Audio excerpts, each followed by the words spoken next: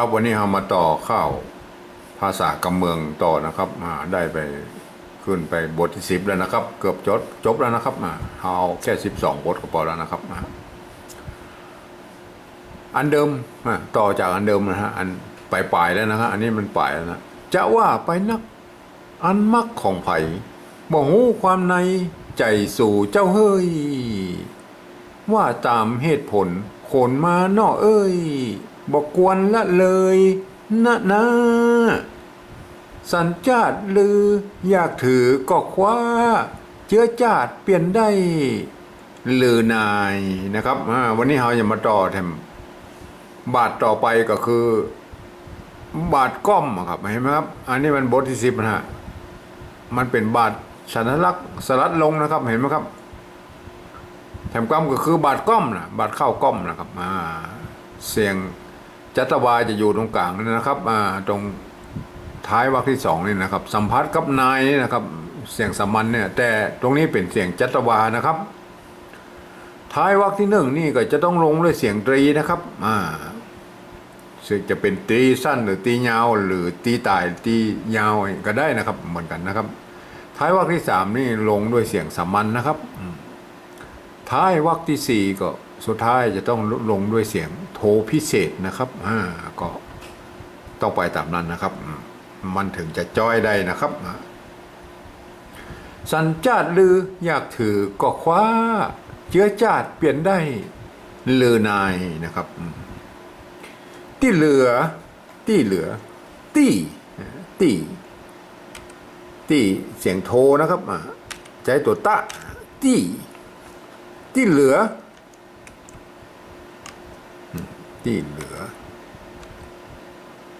นี่มีอากันย้อนอยู่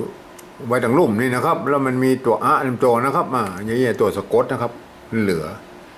ที่เหลือยานะครับยาได้ยินเสียงยาแล้วนะครับก็ต้องใจกรรมตัวยะนะครับก็คือตัวอยนะครับตัวยะนะครับอย่างนี้อันนี้ตัวยะนะครับยาก็ยานะครับอยู่ยาอย่างอยากนะเขียนอย่างนี้นะครับถ้าเป็นยอยักษ์ไทยนะครับอย่าคิดนะครับจะเอาคิดหรือกึดนะครับถ้ากึดอย่างนี้นะครับกึดอย่ากึดนะครับอย่ากึดเห็นไหมอย่ากึดถ้าจะเอาคิดเอาคิดกับใจตัวข้านะครับ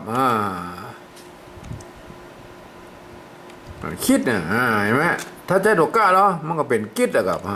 นี่นะครับกิดนะฮะอันนี้กิดนะฮะกิดคิดนะกึดจะเอาไหนนะครับก็ได้ทั้งนั้นนะครับได้อันนี้กิดนี่มาได้นะครับคิดนี่มาใจนะจะเอากึดหรือคิดนะครับเขาคิดอันนี้ก็ออกไปทางไทยหน่อยแต่ก็เป็นอย่างนั้นมันผสมผสานกันไปแล้วประเดี๋ยวนี้นะครับจะเอากึดหรือคิดนะครับเอาคิดดีกว่าคิดมันบ่ค่อยได้มีนะครับมันจะซ้ำกึดมันเขียนบ่อยแล้วนะครับ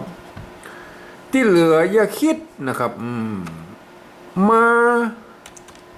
าบิดมาบิดเห็นไหมครับมาบิดนะถ้าเป็นกึดหรอกครับอย่ากึดมาปึ๊ดใส่ไผ่อย่างก็ว่าไปนะมาปึ๊ดอันนี้มาคิดกับมาบิดเห็นไหมมาปิดมาบิดตั้งป่ายตั้งนะครับตั้งเสียงสามัญนะครับใจตัวตะนะครับตั้งเนี่ยไม่กาน้อยหรือไม่กาวงก็ตามใจนะครับแต่ไม่กาวงจะงามหน่อยนะครับตั้งป่ายเสียงจัตวาจัตวะนะครับอย่างนี้ก็ป่ายแล้วนะครับป่ายแล้วนะครับสะเสือปนเอาละมากั้มนะครับปนจะเอาละมากั้มอันนี้ก็เจ้านะครับบ่ใช่อ่านปลายนะครับปลายเหมือนกันนะครับอ่านปลายเอามากั้มเล่นๆมาได้นะครับเอามากั้มให้มันงามมาได้นะครับโบราณเปิ้นปลายนะครับที่นี่ก็ลงด้วยเสียงสามัญนะครับตรงนี้ก็ควรจะสัมผัสนะครับในข้าวโบราณพวกก็ในบาทนี้พวกก็จะสัมผัสตรงปลายนี่นะครับแต่เป็นเสียงสามัญนะครับขอ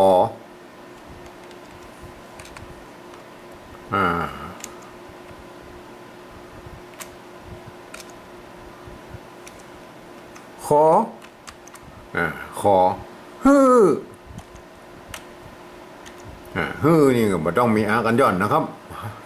บ่ต้องมีอากันย่อนฮือภาษาบาลนาเปิ้นอย่างอีปก็ฮือแล้วนะครับ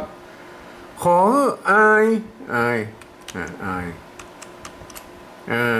อายคนแก่คนเฒ่าอันนี้ไม่จำเป็นจะต้องสัมผัสก็ได้นะครับวรรคที่3ที่4เนี่ยนะแต่สัมผัสได้ก็ดีนะครับคนนะครับคนได้ยินเสียงคนใจตกขะนะครับอย่างนี้นะครับคนแก่แก่เสียงเอกใจตกกะนะครับค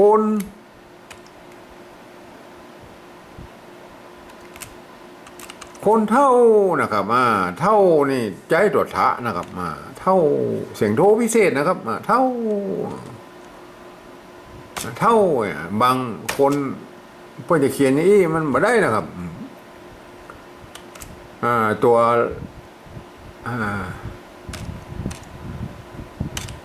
อันนี้ตัวละท่านะครับมันก็ได้เท่านะครับเนี่ยก็ได้ยินเสียงเท่านะครับมันโทปกติมันบ่เท่าครับเมืองเหนือมันต้องเท่าครับอันนี้มันเท่านะครับเท่าเป็นคนเท่าไอ้เหี้ยมันก็สำเนียงไทยนะครับมันบ่ได้นะครับมันต้องนี่นะคนเท่านะครับเห็นไหมทีนี้มาเขียนเป็นภาษาปริวัติแบบที่2แล้วครับ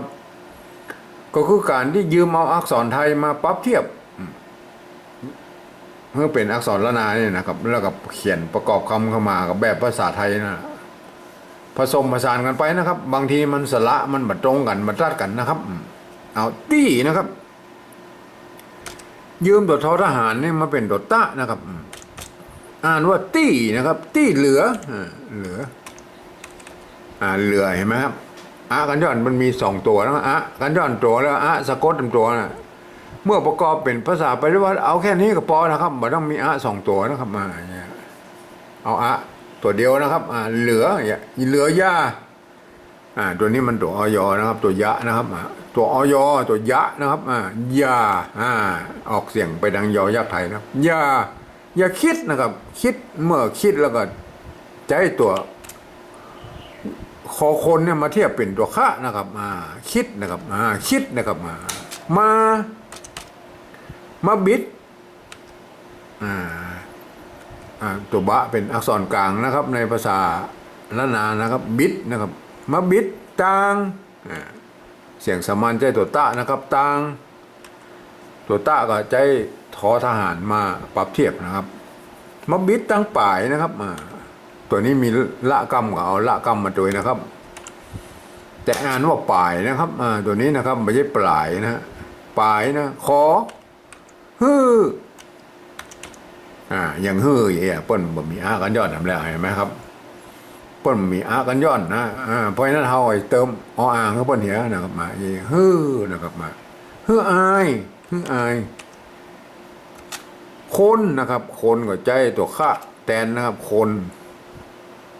แก่คนเท่ายืมตัวทอถุงนะมาเป็นตัวทะนะครับเท่าเห็นไหมเท่าในเสียงโทพิเศษนะครับเห็นไหมทีนี้เอามาเขียนเป็นภาษาปริวัติแบบที่3นะครับก็คือการที่เอาภาษาไทยนะครับมาสะกดเขียนตามสำเนียงกะมู่ภาษาละนาทั้งบนนะครับไม่จำเป็นต้องดูแบบที่2นี่ก็ได้นะครับมันคนละระบบมันคนละหลักการกันนะครับการเขียนนะครับเขาฟังเลยนะทั้งบนตี้ได้ยินเสียงตี้แล้วมันต้องใจตัวเต่านะมันมีเลี่ยงมาได้แล้วครับเลี่ยงตี้นะครับตีนะครับบางคนมาเขียนอย่างเงี้ยตีมันตีนะครับไปเปิบก็เป็นตีไม่ได้นะมาได้นะครับมันสะกดไปตามนั้นเลยของเปิ้นตีเห็นไหมเปิ้นใจไม่โทรเปิ้นก็อ่านตีนะครับภาษาไทยนะฮะอย่างเงี้ยตีนะครับตีเพราะอะไรเพราะตัวเต่านี่เป็นอักษรกลางในภาษาไทยนะครับพันได้คู่เสียงนะตี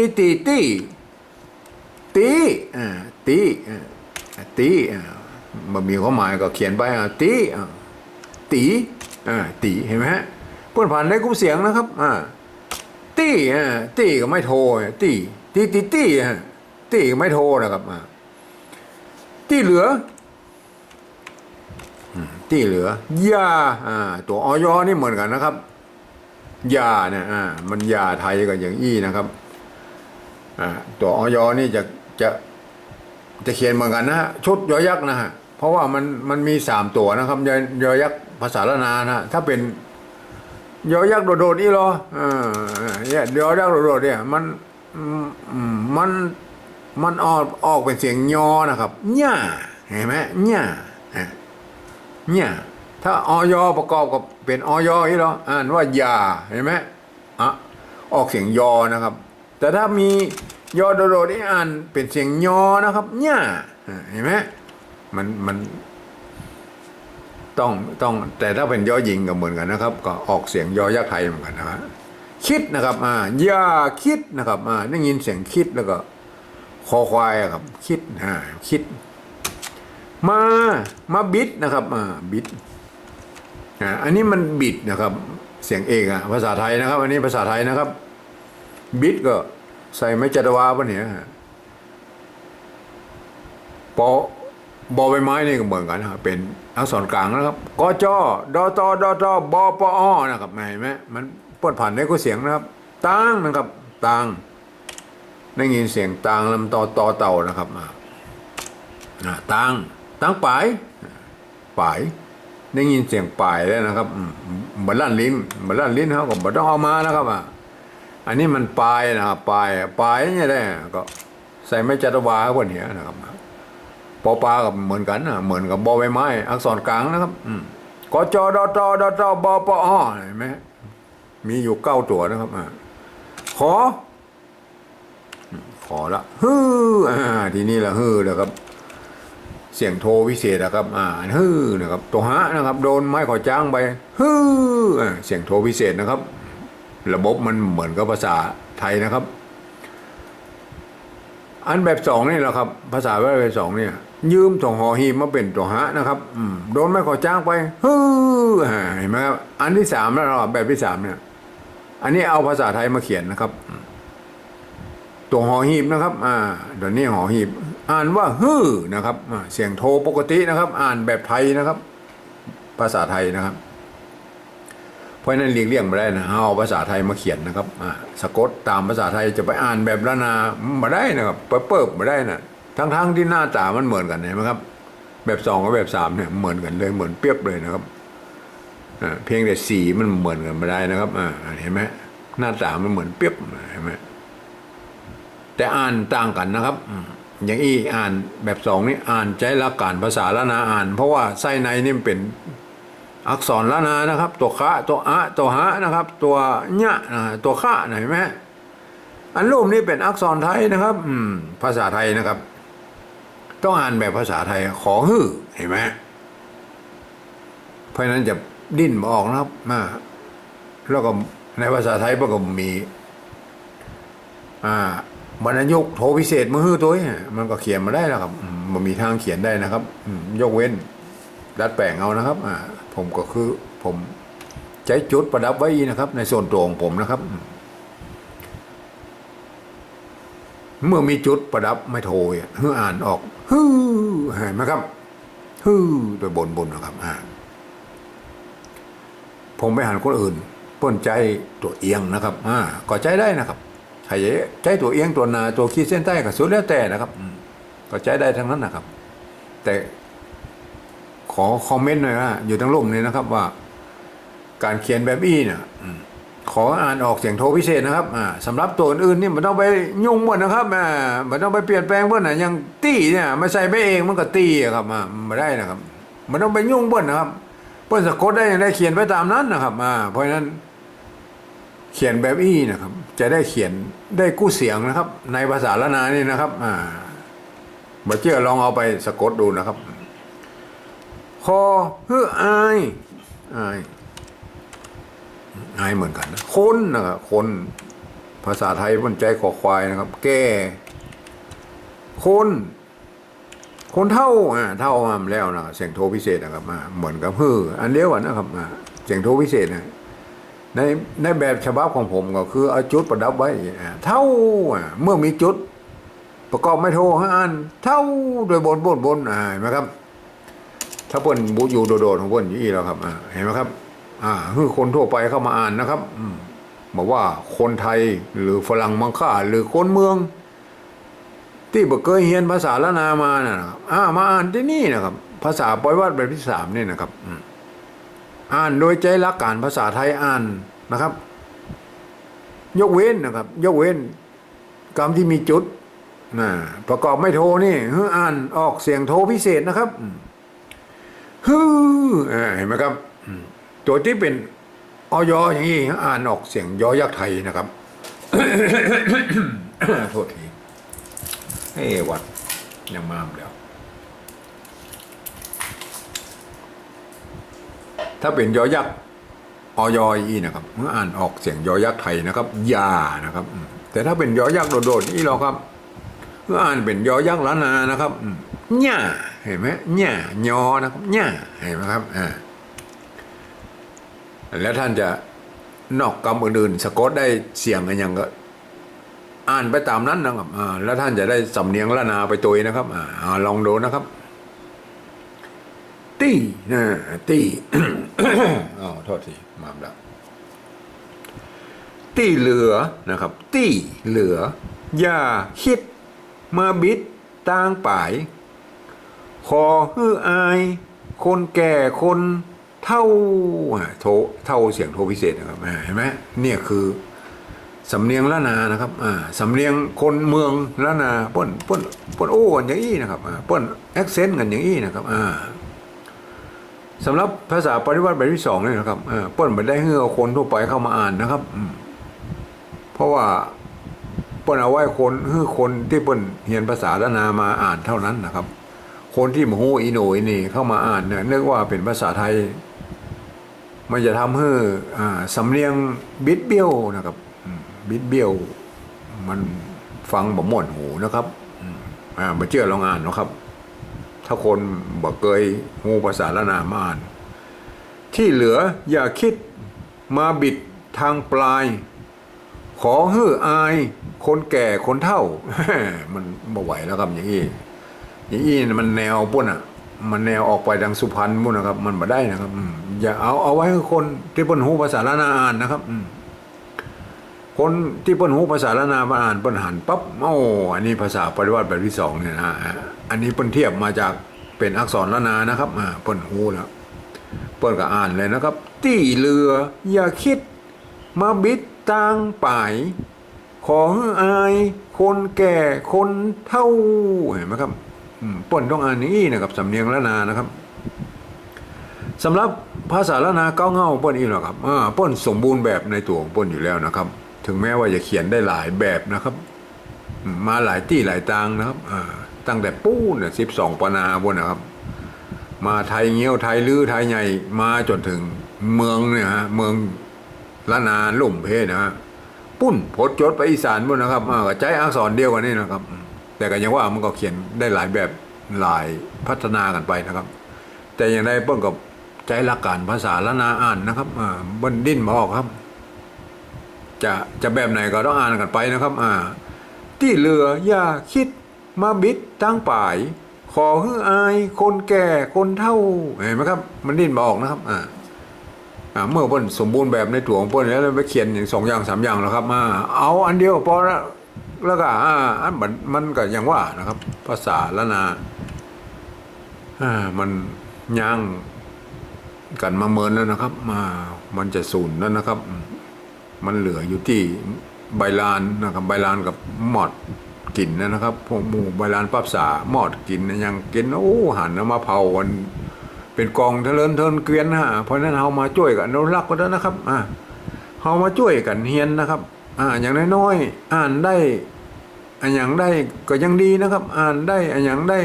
อันนี้เป็นภาษาละนาเนี่ยมันเฮากลัวของคนแก่คนเฒ่าคนสูญหายนะครับเฮามาช่วยกันเถอะนะครับ